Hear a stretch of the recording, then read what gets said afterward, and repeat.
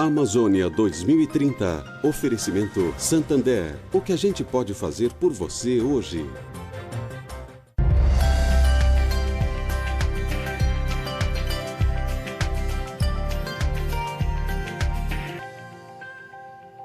Olá, está no ar Amazônia 2030, desafios e oportunidades da bioeconomia. Esta série de encontros, promovida pelo canal Agromais, tem curadoria do professor Ricardo Abramovay, que estará ao meu lado na condução dessa importante discussão que se impôs como prioridade no Brasil e também no mundo. Mesmo que a aspiração pelo uso sustentável da floresta seja crescente, o fato é que os produtos convencionais, como soja, carne bovina e mineração, respondem por parte muito significativa da riqueza da Amazônia. E é aí que se concentra a maior parte do rebanho brasileiro de carne e nada menos que 13% da nossa produção de soja. Como garantir nestes setores métodos produtivos que não comprometam a manutenção das superfícies florestais? Estes setores precisam de mais área para satisfazer os mercados aos quais se vinculam? Suas atividades podem ser regenerativas? As respostas a essas perguntas nós vamos discutir no programa de hoje. Eu chamo para a Amazônia 2030 o Roberto Vaak, criador da empresa Amata e atualmente dirige o Comitê de Sustentabilidade da Marfrig. Muito obrigado, uma belíssima oportunidade, especialmente interagir com a Isabela, Ricardo, Marcelo. Tenho a honra também de receber Isabela Teixeira, ex-ministra do Meio Ambiente e co-presidente do painel de recursos naturais da ONU Meio Ambiente. Muito obrigada pelo convite e pela chance de reencontrar amigos tão queridos como o Ricardo e o Vaak e também ter a oportunidade de dialogar com o Marcelo. Marfrig. Tenho a honra também de receber Isabela Teixeira, ex-ministra do Meio Ambiente e co-presidente do painel de recursos naturais da ONU Meio Ambiente. Sejam todos muito bem-vindos. Eu quero primeiro trazer a palavra e a participação do professor Ricardo Abramovay na abertura desse Amazônia 2030. Seja bem-vindo, Ricardo. Obrigado, Marcelo. É um prazer estar aqui com amigos queridos e que têm feito tanto pelo Brasil, pela democracia brasileira, pela sustentabilidade no Brasil.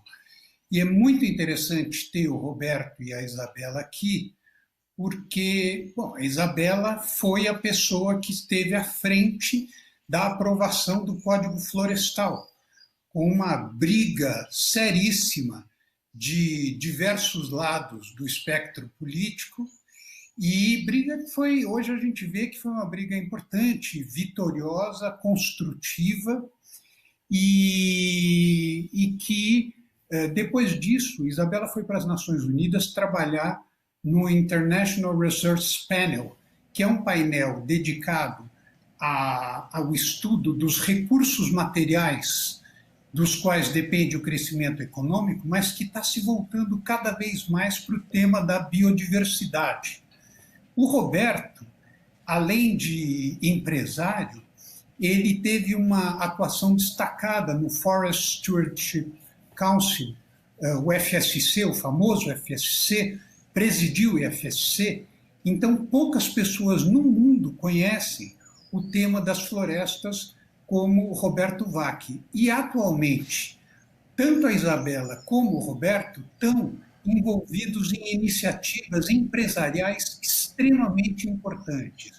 A Isabela está no conselho desta iniciativa tomada pelos 3 maiores bancos privados do Brasil, Itaú, Santander e Bradesco, em torno não só da interrupção do desmatamento na Amazônia, mas da construção de uma economia da sociobiodiversidade florestal que possa representar algo significativo para o Brasil. O Roberto dirige o conselho do Instituto Arapiaú e está na organização de uma concertação que envolve empresários, cientistas e sociedade civil, também em direção ao desenvolvimento sustentável da Amazônia. E, sobretudo, o Roberto dirige o Conselho de Sustentabilidade da Marfrig, como o Marcelo falou, Conselho esse que é composto por algumas personalidades importantes do meio científico e da sociedade civil.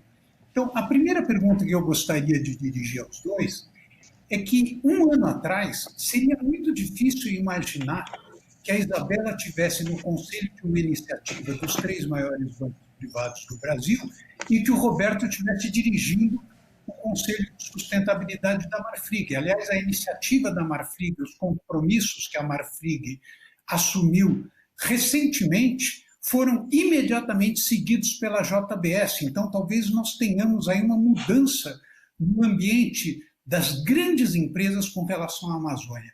Eu gostaria, talvez pudéssemos começar, Marcelo, ouvindo Isabela e Marcelo, Isabela e Roberto, sobre essas iniciativas tão importantes que estão acontecendo agora no nosso país.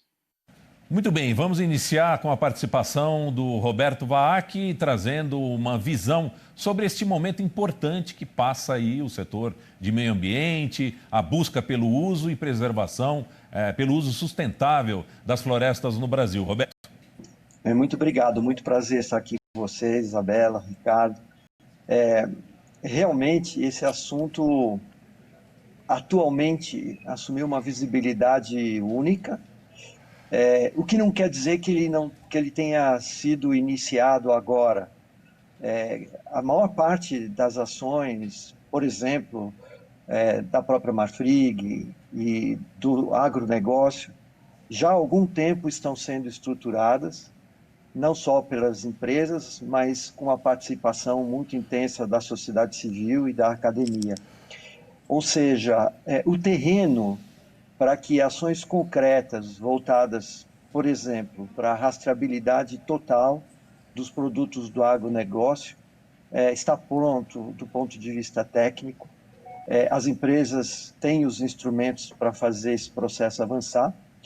O mercado deseja isso. Acho que grande parte das sinalizações, seja do setor financeiro, mas também da comunidade empresarial ampla, da comunidade internacional, todas essas sinalizações serão tratadas, ou estão sendo tratadas por essas empresas agora, de uma forma mais visível, o que não quer dizer que isso não estivesse acontecendo de alguma forma, ou seja, a pavimentação desse terreno já estava bem estruturada. Roberto, essa experiência que veio sendo acumulada desemboca hoje em algumas ações muito importantes. Pela primeira vez se vê um engajamento tão forte de empresas, uma parceria importantíssima, né? Que eu acho que você poderia descrever também nesse momento, com as ações governamentais, com as ações das comunidades, especialmente também na região, correto? Muito bom, é exatamente isso. Nenhuma dessas ações é implementável sem a participação da sociedade, o que inclui, obviamente, toda a cadeia de produção, especialmente os rurais, de parte desses produtores pequenos. Então, é uma onda que incorpora elementos de tecnologia e que estão sendo agora tratados de uma maneira mais cínica. Além disso, obviamente, a academia tem proporcionado um cabedal de conhecimentos muito importantes associados a modelos de produção. A Embrapa tem atuado fortemente, por exemplo, no processo da integração lavoura-pecuária, com a possibilidade de produção de carne carbono neutro, como foi lançado recentemente pela Marfrig. Além da academia, a sociedade civil, com instrumentos de monitoramento muito potentes. O Map Biomas, por exemplo, é um mecanismo, um processo de monitoramento que a sociedade passou a contar para monitorar tudo o que acontece na Amazônia, permitindo a elaboração, por exemplo, de mapas de risco, de zonas onde a situação, a relação da produção com o desmatamento é mais intensa, e zonas que precisam de uma, então, mais... É justamente uma articulação, agora, mais recentemente, com a entrada do setor financeiro, que será absolutamente necessário para financiamento dessas mudanças dos modelos de produção. Muito bem, agora vamos ouvir a ex-ministra do Meio Ambiente, Isabela Teixeira, que também participa e traz uma visão importante deste atual momento da busca pela preservação e uso sustentável das florestas aqui no Brasil.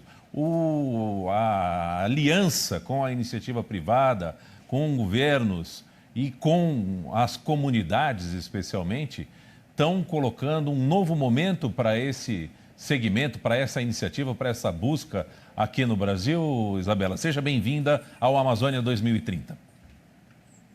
Muito obrigada. Olha, eu acho que o Brasil vive um momento muito agudo em relação à crise ambiental. Não quer dizer que o mundo não esteja enfrentando uma crise ambiental marcada essencialmente pela aceleração da perda da biodiversidade e pela questão climática, como também a insustentabilidade do uso de recursos naturais no mundo. Isso está denunciando que a relação homem-natureza precisa ser revista, e no Brasil isso tem sinais mais agudos, que são ilustrados particularmente pela retomada do desmatamento da Amazônia e pelo baixíssimo IDH, o baixíssimo nível de desenvolvimento humano que a Amazônia oferece. Então, o que eu quero dizer é que, embora o mundo esteja enfrentando crises, o Brasil também está enfrentando crises, os nossos desafios são, no meu entendimento, maiores, porque, de um lado, nós temos que acabar com o crime ambiental na Amazônia. O crime ambiental na Amazônia crime ambiental é o dono da miséria na Amazônia, tá?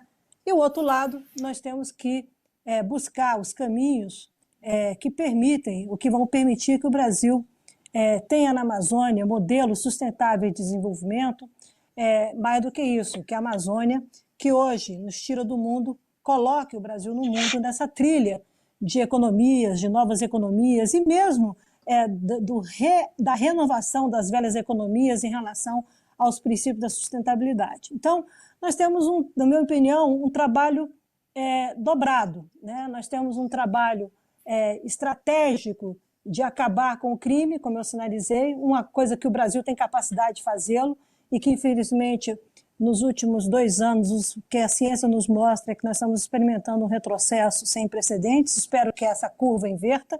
Mas, por outro lado, esse não é só o desmatamento, é o garimpo ilegal, é o tráfico de animais, uma série de atividades econômicas ilegais que estão informais colocadas na Amazônia, que na realidade colocam a Amazônia como uma perdedora, o Brasil um perdedor no tema global de sustentabilidade. O que nós tínhamos superado, nós estávamos no caminho de superar. Associado a isso, tem as desigualdades sociais, associado a isso, tem sonegação fiscal, tributária, trabalho escravo, ou seja, um mundo que o Estado, o poder público tem que dar conta e que a sociedade tem que apoiar, porque está associado também à corrupção, como o Ministério Público Federal tem mostrado na sua força-tarefa da Lava Jato, do contra o desmatamento na Amazônia. O outro lado é o que os meus amigos estão pontuando, quer dizer, nós temos que oferecer alternativas de desenvolvimento econômico, alternativas essas que sejam compatíveis com a floresta em pé, com a preservação da floresta. Então, tanto do ponto de vista das commodities tradicionais, que são lá colocadas como a questão do minério, da mineração, a questão da agricultura e a mesma exploração energética, do ponto de vista das florestais, por exemplo, nós temos alternativas, devemos ter metodologias, tecnologias que possam promover a separação entre crescimento econômico e diminuição ou eliminação dos impactos ambientais. Esse é um lado da moeda. E o outro lado da moeda é realmente a gente ir em torno das novas economias, da bioeconomia, da bioeconomia da floresta plantada, da bioeconomia industrial, orientando a 4ª revolução da indústria brasileira, da chamada economia da circularidade, onde você reaproveita com base em tecnologia, recursos naturais, orientando-se pelos novos mercados, orientando pelas novas demandas de consumo, o impacto da economia de inovação, pela ciência e pelo impacto da economia do conhecimento. Ou seja, a Amazônia é, para mim, um palco que oferece um caminho robusto para o Brasil para lidar com um futuro sustentável a partir de escolhas no seu presente e também oferece um palco das escolhas que nós não podemos mais tomar, que foram aquelas definidas no passado, que, se levar algum tipo de desenvolvimento, a Amazônia é a região do país que tem a menor participação no PIB nacional, tem os menores IDHs e sofre ainda com uma desigualdade social brutal, além de ter desafios enormes do ponto de vista das suas populações tradicionais. Então, é uma região que nos coloca no futuro, se a gente souber fazer escolhas corretas no presente. É uma região que tem que vencer e superar o crime ambiental e o crime organizado, portanto, é um desafio do país. É uma região que, na realidade, precisa vencer a miséria, a sua exclusão social, a injustiça ambiental que aquela região tem, a partir de usar melhor os seus recursos naturais, a partir da conservação. Ou seja, é a região do país que ainda pode nos oferecer um Brasil que vai construir o seu desenvolvimento a partir da conservação e não da destruição, como nós já fizemos com uma floresta tropical, que é a floresta. Eu acho que essa reunião do setor privado, dos vários atores sociais, aqui lá fora, o interesse é um interesse muito mais voltado a ser algo estruturante, permanente, inclusivo, do que um interesse que leve à guerra de narrativas ou a contradições. Então, na minha opinião, a Amazônia tem que ser olhada pelos brasileiros como a parte estratégica da ambição do Brasil de ser um país, de fato, desenvolvido e sustentável e mais justo. É a partir da Amazônia que nós teremos soluções mais permanentes para o Brasil, inclusive envolvendo o agronegócio. Quer dizer, se nós temos lá a questão do maior parte do rebanho brasileiro, etc., nós temos o desafio de fazer um modelo de rastreabilidade dentro de um conceito de value supply chains que vai exportar isso para o mundo. Se nós temos lá uma oportunidade de ter uma indústria florestal modelo, nós temos a chance de discutir isso, os novos padrões de indústria florestal no mundo e os novos padrões de restauração. Se queremos avançar em relação a trabalhar a geração de emprego com bioeconomia, biotecnologia, nós temos lá a oportunidade de fazer novos modelos de negócio, desde o chão, desde a base com as populações tradicionais, até a sofisticação do impacto da economia de inovação, como a questão, por exemplo, das novas drogas, novos medicamentos a partir da indústria farmacêutica. Então, na Amazônia, eu quero discutir aqui é que nós temos opções para o futuro a partir de boas escolhas no presente. E, para isso, nós precisamos, sim, eu vou tomar prestada aqui a palavra do Roberto, em função do movimento que ele coordena, precisamos, sim, uma iniciativa de concertação, uma iniciativa de ouvir as partes, uma iniciativa que ouvir passa a ser transformador e não ficarmos vivendo como o Brasil está hoje, refém de guerras de narrativas sobre o seu passado. O passado já foi vivido com seus erros, seus acertos. Nós precisamos acertar mais em relação ao futuro. Tá? É isso que nós precisamos ter ambição e nos unirmos como os brasileiros, e não esquecer que nós fazemos parte do mundo. Então, nós temos que saber dialogar, mostrar os nossos interesses e construir a partir de pontos de convergência e não ficar, como eu disse antes, buscando divergências, acentuando coisas que já foram equacionadas no passado, inclusive o enfrentamento ao desmatamento. Retrocesso, sim, é você não saber aperfeiçoar os ganhos que o país já conquistou nessas agendas. E avanços é você saber pactuar com a sociedade brasileira lato sensu por onde o Brasil quer ir, e por onde o Brasil quer ir, essencialmente a Amazônia faz parte disso. Não é um olhar externo sobre a Amazônia, é um olhar de brasileiros que não conhecem a Amazônia e dos amazônicos que precisam se integrar e ser parte do Brasil. Então, eu acho que é uma equação muito mais de conciliação política, é uma equação de diálogo, voltada para o conhecimento, para uma perspectiva de futuro, para uma perspectiva de que saber que o futuro não é uma projeção linear do passado, não é de condenar as pessoas, o agronegócio tem responsabilidades? Tem. Senão, não teríamos tido que renegociar o Código Florestal. Agora, o Código Florestal foi uma lei não implementada, é uma lei da década de 60, que não foi cumprida, porque se ela tivesse sido cumprida, não teria tido o debate de 2012. É tão simples quanto isso. Como também os princípios, parte dos princípios da Política Nacional do Meio Ambiente estão na Lei do Agronegócio de 1991, também não foram cumpridos. Então, nós temos que saber cumprir que é olhar o retrovisor e resgatar os passivos, mas nós temos que virar esse retrovisor para frente e colocar isso para o futuro. Então, se a agricultura é capaz de preservar hoje, eu quero saber o que a agricultura vai entregar daqui a 30 anos de preservação. É isso que o mundo está discutindo, sobre a capacidade de produzir e a capacidade de proteger a natureza. É isso que eu chamo construir a partir da conservação. A Amazônia nos oferece caminhos para novos produtos, como você disse, oferece novas expectativas de dieta alimentar no mundo, mas ela também oferece o grande desafio de nós exercermos soberania com responsabilidade. Isso significa proteger não só agora, mas proteger no futuro. Isso significa saber construir com base na conservação. E para isso, todos devem estar juntos, todos devem mudar a sua mentalidade, todos devem entender que nós temos o que significa a transição que o mundo está vivendo, todos devem operar com base na capacidade de construir, não na ameaça e não no medo. Isso é outra mudança importante histórica do Brasil. Se a gente quiser ser mais justo, se a gente quiser ser, de fato, um país que se entende como país e como nação, precisa reconhecer os erros históricos e construir a partir disso. Construir com uma atitude afirmativa, uma atitude que todos possam, inclusive, entender os trade-offs. Teremos perdedores ao longo do caminho?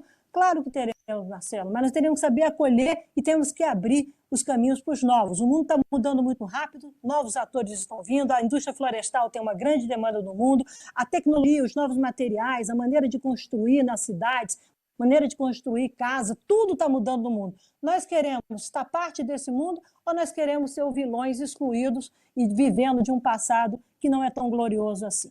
Então, eu acho que está na hora de mudar, e para mudar nós temos que mudar juntos, e não com desenhos de vilanização ou de polarização que não nos levam absolutamente nada, a não ser a pobreza, a derrota, a exclusão, a vilanização, e mais do que isso, pontuados pela ignorância. Isso não é o Brasil, isso não é essa diversidade que essa sociedade tem, e tampouco é o que tenho certeza que os amazônidas ambicionam como seus caminhos para desenvolvimento sustentável. Bom, temos aí um painel riquíssimo, né, Ricardo? A partir da experiência da Isabela, também do Roberto, que oportunidades esse diálogo pode ser favorecido a partir dessa participação mais efetiva, especialmente da iniciativa privada, Ricardo? Um dos temas nos quais eu aprendi muito com o Roberto, em várias conversas que nós tivemos, é a respeito do uso da floresta com a exploração madeireira. Existem países como os países da Escandinávia, o Japão, são países cuja economia está fortemente baseada em florestas. As cidades japonesas, em que não tanto Tóquio, mas as cidades japonesas em que as construções de madeira predominam de maneira quase absoluta. Eu me lembro, Roberto, uma vez, numa conversa que a gente teve, muitos anos atrás, não sei se você vai lembrar disso, você me dizia, é impressionante como nós aproveitamos pouco madeira para resolver os nossos problemas habitacionais, isso seria muito mais sustentável. Ao mesmo tempo, quando a gente examina os dados a respeito de madeira na Amazônia, o que a gente vê é um estudo do Timberflow e do Imaflora, o que a gente vê é um declínio da participação da madeira da Amazônia na oferta geral de madeira, não porque haja preservação, e sim porque as florestas plantadas e novos materiais estão substituindo aquilo que a Amazônia anteriormente fornecia.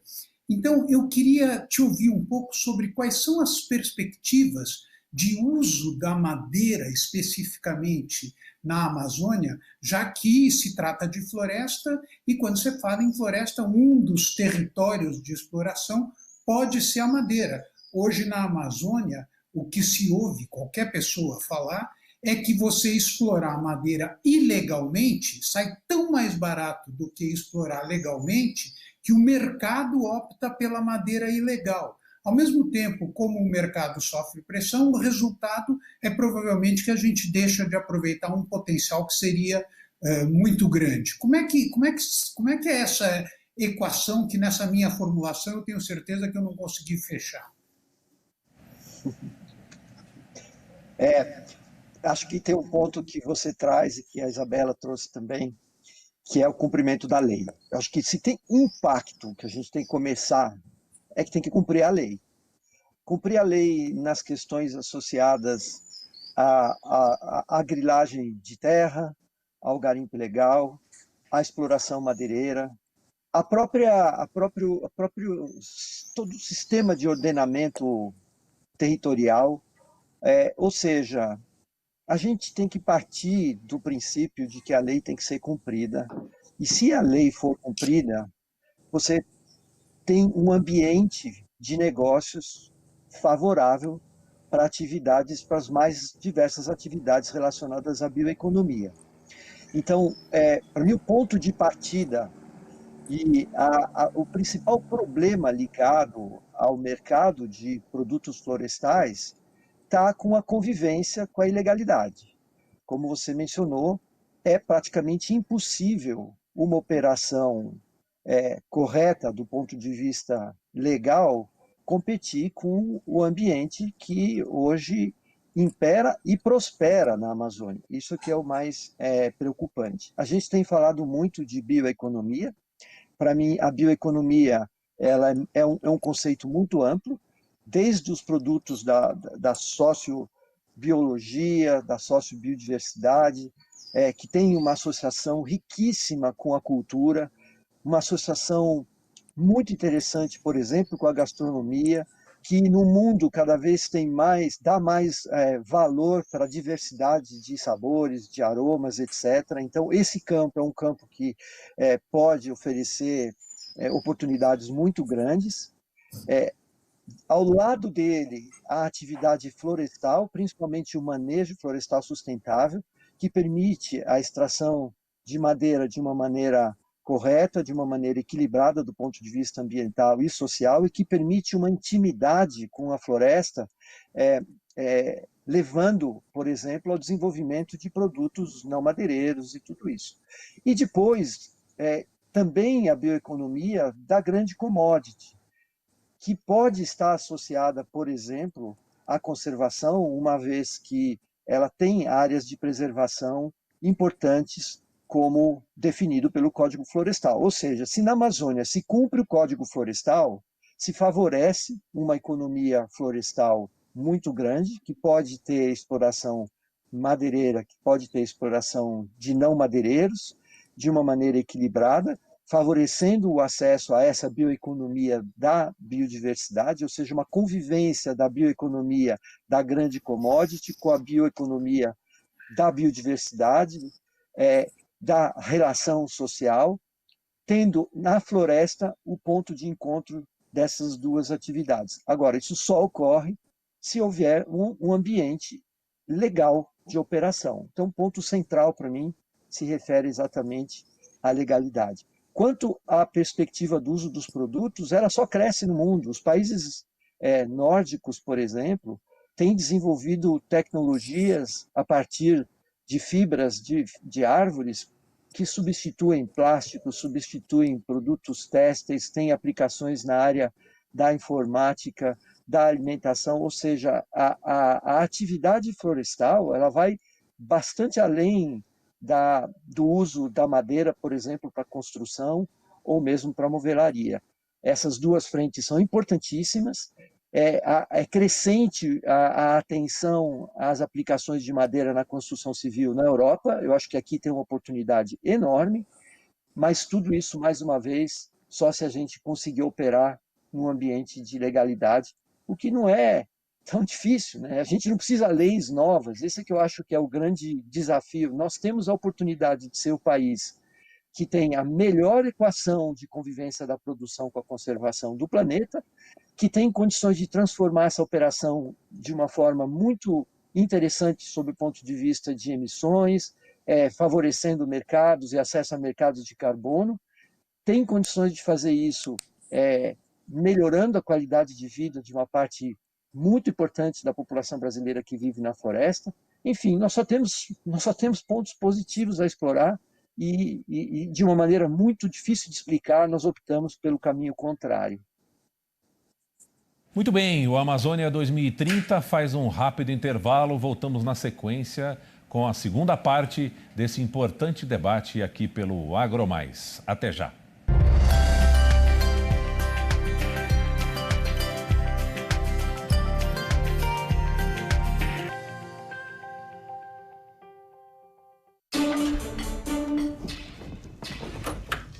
que você tá fazendo aí, garoto? Esqueci o cartão. Daí tô sem dinheiro vivo pra pagar a conta, o jeito é lavar prato. Criatura, por que você não usa o SX? O Pix especial do Santander, você não soube, não? É o novo jeito de usar dinheiro. Você não tem noção. Você transfere pelo celular. Ah, mas eu vou fazer isso agora. Ainda bem que SX também não tem limite de transferência. Por quê? Porque isso é porcelana chinesa, tá? Os olhos da cara. SX Santander. A gente poderia dizer, deu um impulso, deu um boost, deu uma acelerada, deu uma atualizada, deu um jump, deu um refresh, deu um upgrade, deu um turbo. Mas tem um jeito mais simples de dizer tudo isso. Dê um BTG. Porque dar um BTG é contar com mais segurança na construção da sua história. E soluções completas para cada momento da sua vida. Dê um BTG nos seus investimentos.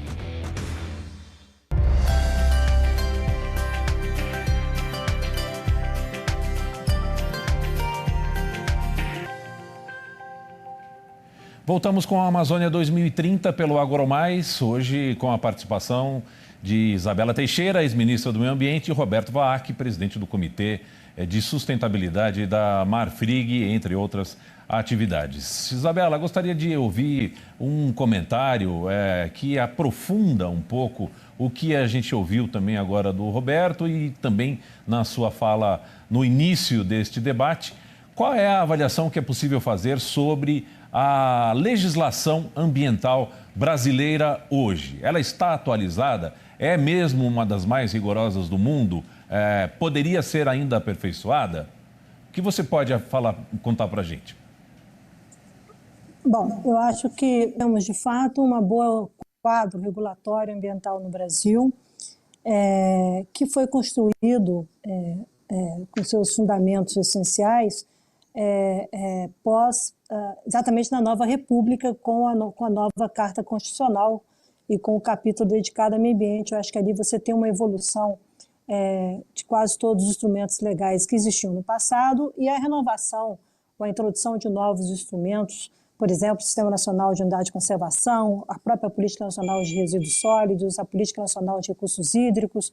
Enfim, você tem recentemente o próprio quadro regulatório de saneamento, enfim, você tem uma série de legislações e de quadros regulatórios no Brasil. A questão que se coloca é como elas são implementadas, tá?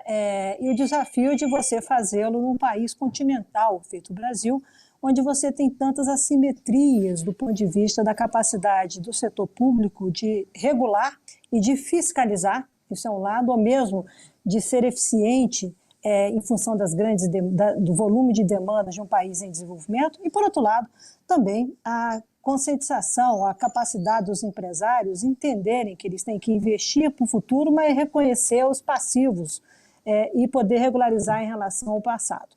Então, o Brasil é um país que não deve, do ponto de vista de legislação ambiental, para nenhum país do mundo, ao contrário. Mas não quer dizer que essa legislação ambiental não tenha que ser aprimorada vis-à-vis não só os novos momentos de desenvolvimento, mas também o impacto de inovação tecnológica, os desafios da economia do conhecimento, os desafios que a ciência nos impõe. Então, eu acho que nós estamos vivendo claramente uma situação de tanta reflexão, quais são os ganhos dessa legislação brasileira, como é que nós temos que avançar vis-à-vis dos desafios estratégicos que o país tem em desenvolvimento, mas não é revogando legislação sem entender as consequências disso, ou fazendo argumentos que me parecem menos do ponto de vista político, como a recente decisão do Conselho Nacional de Meio Ambiente, com o argumento político de que os manguezais estariam protegidos no Código Florestal, mas eles já estavam antes na antiga versão do Código Florestal. Então, o que motivou o CONAMA em 2002 a tomar uma decisão, o que motiva o CONAMA a tomar uma decisão 18 anos depois? Essa transparência, que acho que o Roberto, quando sinaliza a necessidade de cumprir a lei, é uma transparência que tem capacidade de dialogar com a sociedade. As mudanças podem acontecer, devem acontecer, desde que com transparência e justificadas. Agora,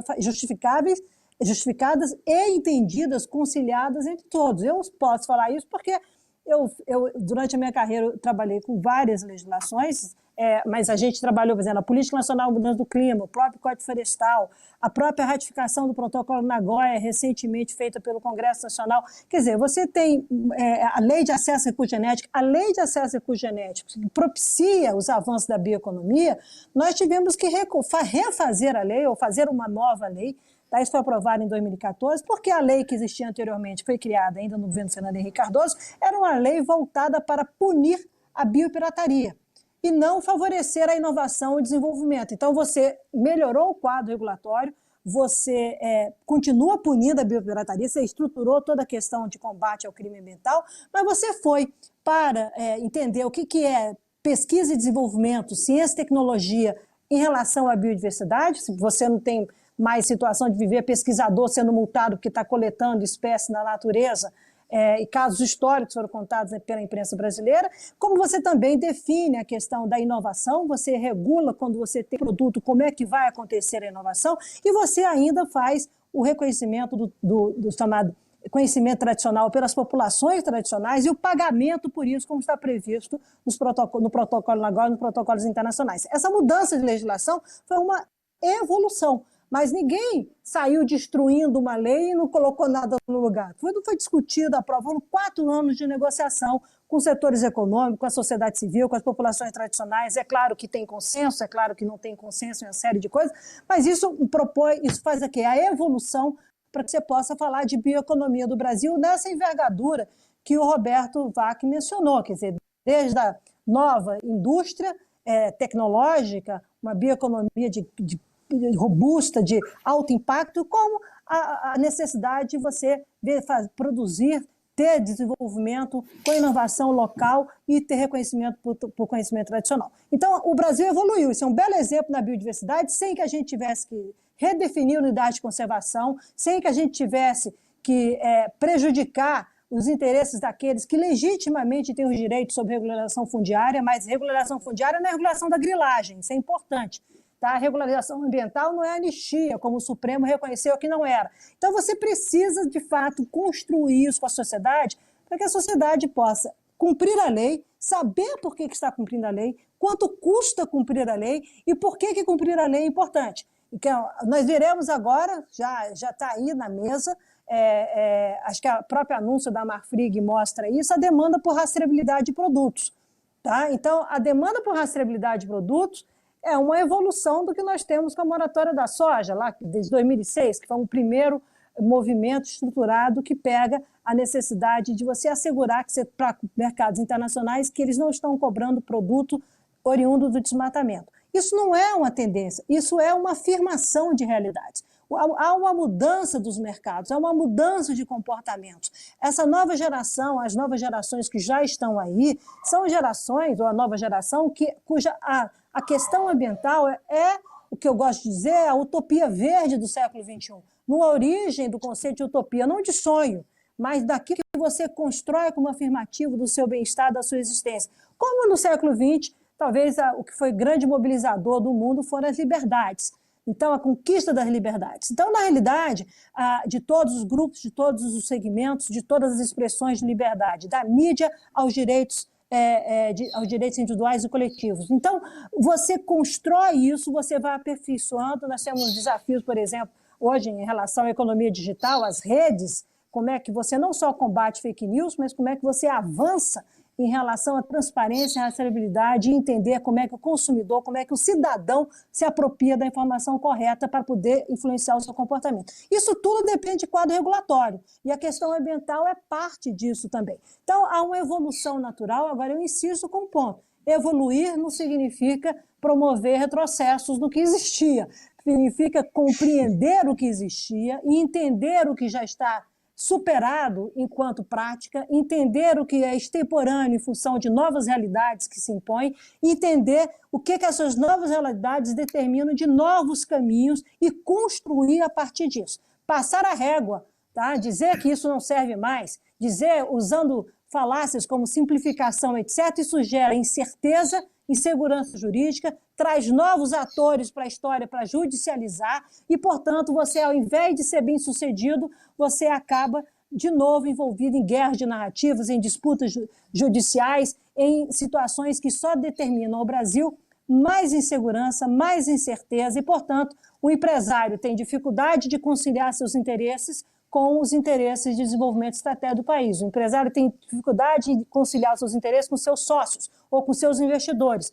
E aí as pessoas ficam discutindo a questão da imagem do Brasil, como se as pessoas quisessem vilanizar o Brasil. O Brasil, para não ser vilanizado, como muitos argumentam, precisa, antes de tudo, ser transparente e saber conversar com a sua sociedade. Tenho certeza que eu posso dizer novamente isso. Se a gente voltar 8 anos atrás, quando da aprovação do Código Florestal, tinha uma grande divisão no país sobre ele. Foi o maior debate no Congresso Nacional depois da Constituinte.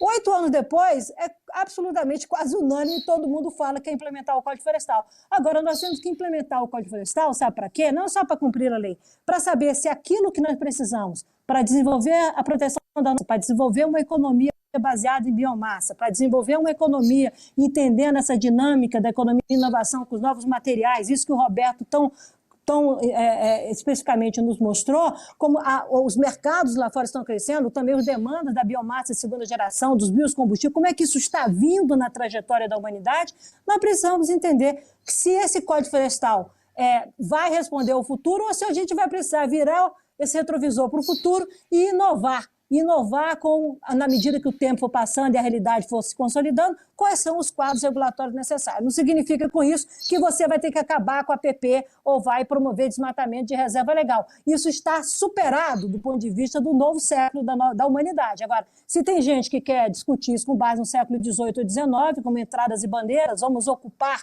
colonizar, nos apropriarmos dos recursos naturais e destruirmos, isso é o que faz a qualidade do nosso desenvolvimento. Nós podemos fazer mais, nós devemos fazer mais, nós temos alternativas para fazer mais e melhor do ponto de vista de conciliar conservação e desenvolvimento. O Brasil tem soluções, o Brasil é um país que tem alternativas, quase todas na boa direção. É uma questão de saber escolher, é uma questão de saber dialogar. O resto, para mim, é muita gente que desconhece a agenda ou que olha a agenda a partir da vilanização. Isso não cabe num país como o Brasil. Sinto muito, mas isso não é o país que é o país que detém as maiores riquezas naturais do mundo, um dos maiores detentores de riquezas naturais do mundo, tem que fazer disso uma opção estratégica para resolver os seus problemas de desenvolvimento e realmente construir um desenvolvimento mais robusto, mais sustentável, mais inclusivo. Aí sim, nós poderemos falar, daqui a 30 anos, que nós estamos influenciando o mundo. Muito bem. Ricardo, como é que a gente pode aproveitar essa oportunidade aí de diálogo, de mais transparência, para tentar unir a biodiversidade com essa força do agro, da produção do agro brasileiro?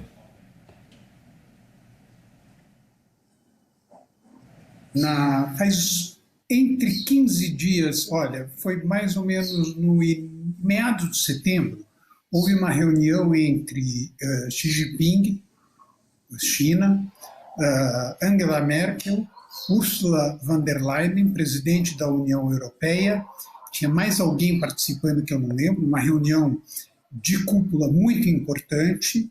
Vocês sabem que nós deveríamos ter tido agora a Convenção da Biodiversidade, que foi adiada para o ano que vem e que vai acontecer na China. Qual era o tema dessa reunião? O tema básico dessa reunião era agricultura e biodiversidade. Até aqui nós temos abordado, nessa nossa riquíssima conversa, floresta e biodiversidade, fundamentalmente. Mas o mundo está preocupado com um tema também igualmente importante, que são os impactos da agricultura sobre a biodiversidade. Documentos recentes que têm saído têm mostrado esse impacto, ao menos em 2 direções, além, claro, do fato de que a agropecuária, historicamente, foi um vetor de destruição das florestas. De certa forma, isso faz parte do próprio processo de desenvolvimento, mas do jeito que a agricultura contemporânea está se desenvolvendo hoje, há 2 problemas fundamentais. Primeiro, as poluições derivadas da agricultura por fertilizantes nitrogenados e por agrotóxicos, mas segundo problema muito importante e que está cada vez mais na pauta, é o problema das grandes extensões territoriais de agricultura e da monotonia alimentar daí decorrente. Na minha opinião, esse vai ser um tema importante na Convenção da Biodiversidade. Um relatório importantíssimo do Kew Royal Botanic Gardens mostrou que o mundo dispõe hoje de 7.000 plantas comestíveis, das quais 420 são plantas cultivadas, mas a nossa alimentação depende de apenas 15 produtos. A agropecuária do Brasil está baseada em alguns poucos produtos, fundamentalmente, e em grandes extensões territoriais. A minha pergunta a vocês é: a tendência da agricultura nos próximos anos vai ser de maior diversificação?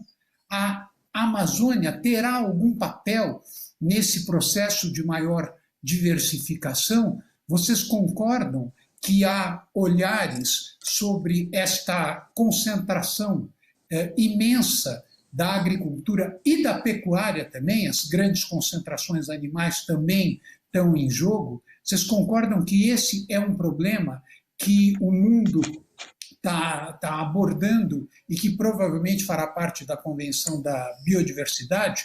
A gente podia começar pelo Roberto, depois da Isabela. Olha, eu concordo totalmente. Acho que basta a gente pensar em cada um de nós, o quanto a gente tem valorizado crescentemente a variedade de cafés, as variedades dos vinhos, as variedades dos queijos, né? O mundo do queijo no Brasil tem oferecido uma diversidade incrível na última década, ou seja, a variação daquilo que compõe o cardápio do dia a dia das pessoas passou a ser algo extremamente importante. Mas não é só essa diversidade dos alimentos, dos sabores, mas também a sanidade dos alimentos. Eu acho que o caso Covid trouxe a questão da sanidade para um patamar inimaginável. Então, há uma combinação de segurança alimentar, que é volume, e volume é importante, e a forma de atingir o volume é tão importante quanto o volume produzido, ou seja, a sustentabilidade na produção passa a ser absolutamente central, com uma combinação entre sanidade, volume de produção de alimentos e o impacto que essa produção de alimentos causa no meio ambiente. As três saúdes, né?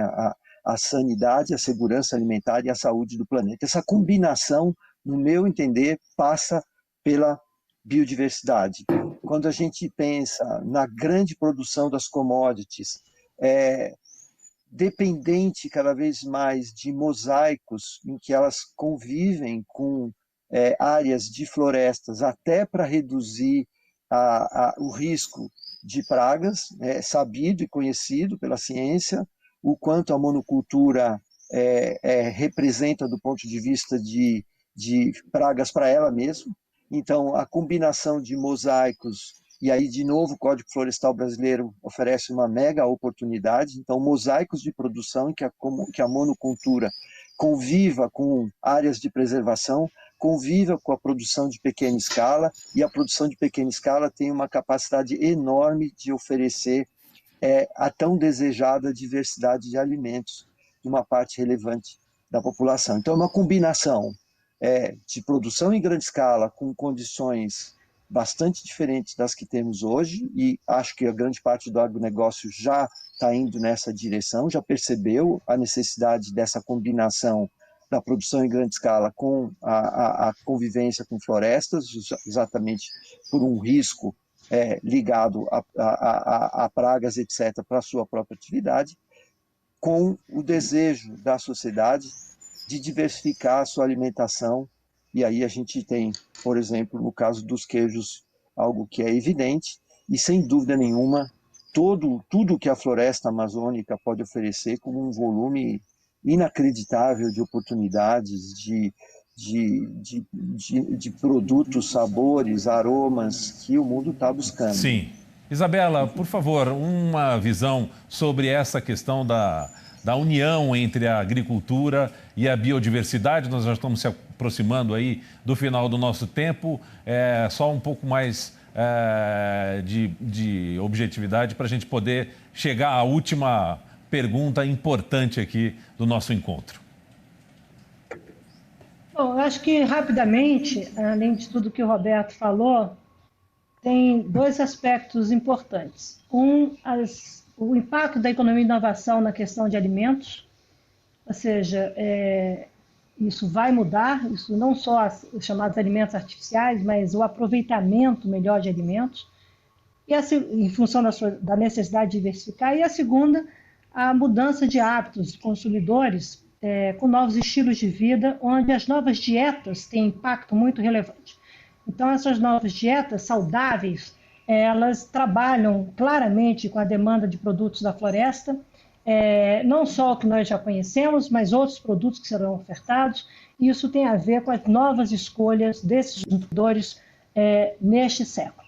Então, acho que a agricultura brasileira tem caminhos para aprimorar-se do ponto de vista dos impactos atuais, como o Ricardo bem colocou, a questão da poluição, a questão dos efeitos, como ela também vai estar no conjunto dos desafios globais, nas chamadas cadeias, rastreabilidade, controle e opção dos consumidores em relação às cadeias de suprimentos, de produção de suprimentos, que agora o novo jargão vai vir com Value Supply Chain, ou seja, trazendo agregação de valor de fato, olhando a questão da sustentabilidade, da desigualdade dos direitos humanos para isso tudo. Então, a oferta de opções não vai se limitar de alimentos, mas vai se estender a como você produz, como você, na realidade, lida com as consequências disso, como tem a ver com novos atitudes de comportamentos. Então, isso está aí, além dos desafios que se colocam pela economia e inovação como os alimentos artificiais.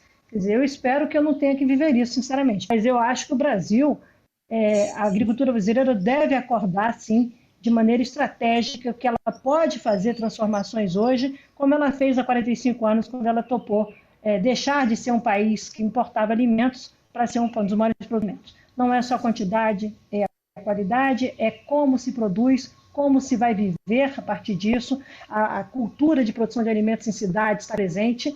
Então, é importante entender essa mudança de hábitos, entender como é que a vai recepcionar isso, é o lado bom da tecnologia, entender como é que nós vamos poder viver mais, melhor, com menos impacto, observando uma diversidade de gostos, né, de sabores, que isso é a diversidade do mundo que coloca as sociedades todas juntas. Então, é um caminho sem volta, na minha opinião, e a biodiversidade passará a ter mais do que o papel estratégico que já tem hoje, mas para ser uma provedora, assim, de alimentos com grande qualidade, e não só qualidade do ponto de vista do alimento, mas qualidade para o nosso estilo de vida, para a nossa qualidade de vida nesse planeta.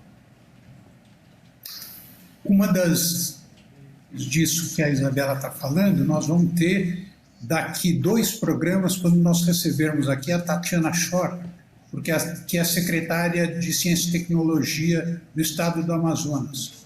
Eles acabam de fazer um acordo com a Good Food Institute, que é uma das organizações mais importantes na produção de carnes a partir de plantas e de carnes a partir de cultura celular.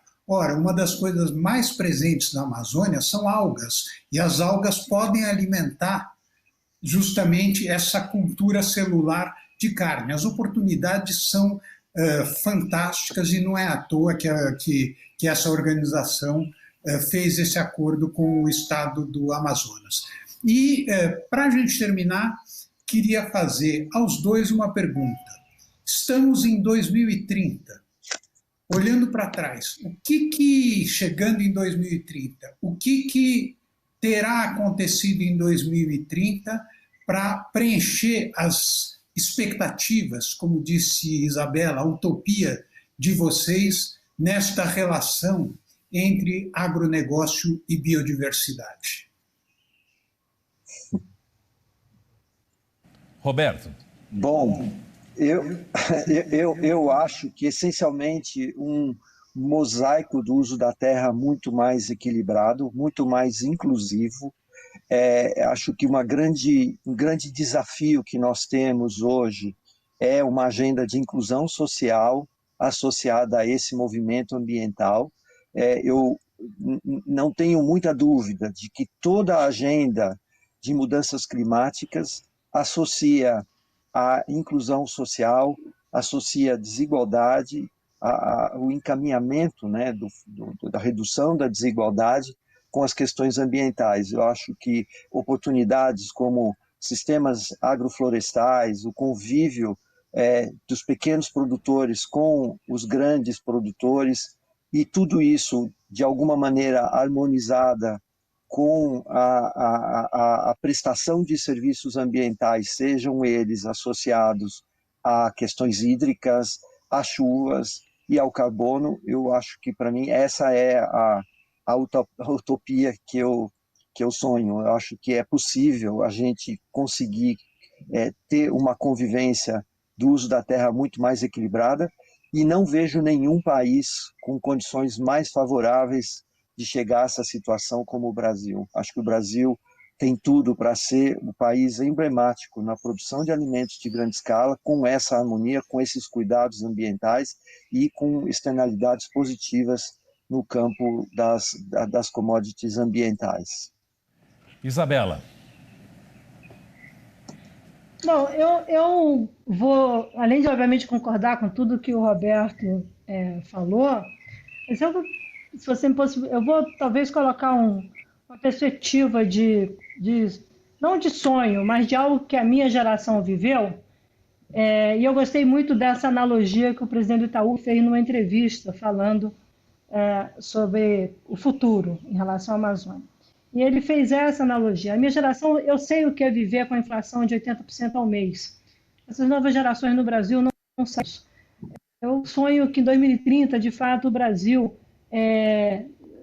tenha no dia a dia da Amazônia o desmatamento como um não issue, um não assunto. O desmatamento ilegal ter sido superado em uma agenda que ele passa a ser, de fato, residual na dimensão daquilo que o crime tem que acabar realmente, mas você tem sempre algo ali que você tem que lutar. A segunda coisa é que a Amazônia, de fato, tenha já pavimentado um caminho para aumentar a sua participação no PIB brasileiro e aumentar a partir da conservação. Tudo que nós estamos falando aqui das soluções de bioeconomia, de circularidade, das novas economias, de circularidade, etc., isso começa a ser expresso em indicadores mensuráveis, que são indicadores de convencimento, de mostrar que o rumo mudou. E o PIB certamente é um deles, onde o Brasil opta por esse caminho, mas o impacto da agricultura e a conservação da biodiversidade na Amazônia deixa de ser com números negativos e passa a sinalizar outros caminhos, e aí isso traduzido numa expressão mais estratégica da chamada economia verde no PIB da Amazônia, no PIB, e, portanto, um papel importante no PIB brasileiro. Terceiro, que a agricultura de baixo carbono e as derivações dessa agricultura, na realidade, representam 60% ou 70% do que nós produzimos de alimentos. O Brasil tem que mudar essa curva, o Brasil tem as tecnologias todas disponíveis aqui, nós temos crédito, enfim, nós temos que ter a cultura de fazer a transição e irmos de maneira muito ambiciosa nisso que é certamente o problema mais estratégico, um dos problemas mais estratégicos do mundo, dos chamados temas globais, que é a mudança do clima. O Brasil não só tem que abandonar a Amazônia, como ele tem que fazer da sua agricultura uma agricultura de baixo carbono.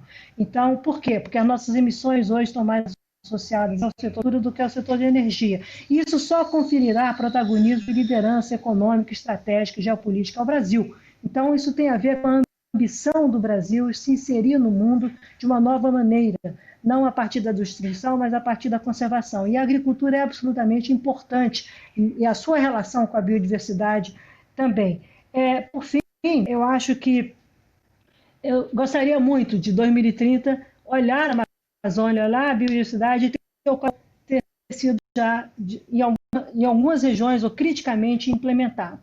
Saiu do papel, quer dizer, é o novo status de civilizatório do Brasil de você cumprir a lei, tá? De você pactuar democraticamente com a sociedade e começar a mostrar suas responsabilidades alimentar. O agronegócio brasileiro, a agricultura brasileira, mesmo aqueles que não plantam ou não produzem na Amazônia, deverão assumir, ou deveriam, para o meu sonho, assumiriam em 2030 a legitimidade política de defesa das florestas brasileiras e da nossa biodiversidade. Não é daqui para fora, é mostrando de fato como é que você restaura o que foi degradado e mais, qual é o novo sistema de áreas protegidas no Brasil que envolve das propriedades privadas preservadas, que o Cadastro Ambiental Rural mostrou, com as áreas públicas, quer dizer, com as unidades de conservação. O desafio da gestão de áreas protegidas no Brasil não circunscreve somente aos territórios públicos. Esse desafio também vai às áreas privadas. Tem que ser inovador, porque o Cadastro Ambiental Rural mostrou que os proprietários rurais no Brasil devem, mas existem outros que têm ativos, excedem o que a lei determina de preservação, de proteção. Soluções muito bem boladas, muito bem criadas, deveriam estar consolidadas em 2030, onde, de fato, a sociedade brasileira passasse a ver no produtor rural não um inimigo ou alguém que estivesse polarizando, mas um aliado. Ou seja, meu sonho, a biodiversidade é pop em 2020. Tá? A Amazônia é pop em 2020. O Brasil é pop em 2020 e o agro vem atrás, seguindo como um parceiro estratégico. Muito obrigada. Muito bem, quero agradecer a Isabela Teixeira, ao Roberto Vaak, ao professor Ricardo Abramovay, meu parceiro aqui no Amazônia 2030. Muito obrigado a você que acompanhou esse importante debate. Até o próximo encontro com mais um tema importante na busca da preservação e de uso sustentável das florestas e preservação do bioma amazônico. Até lá!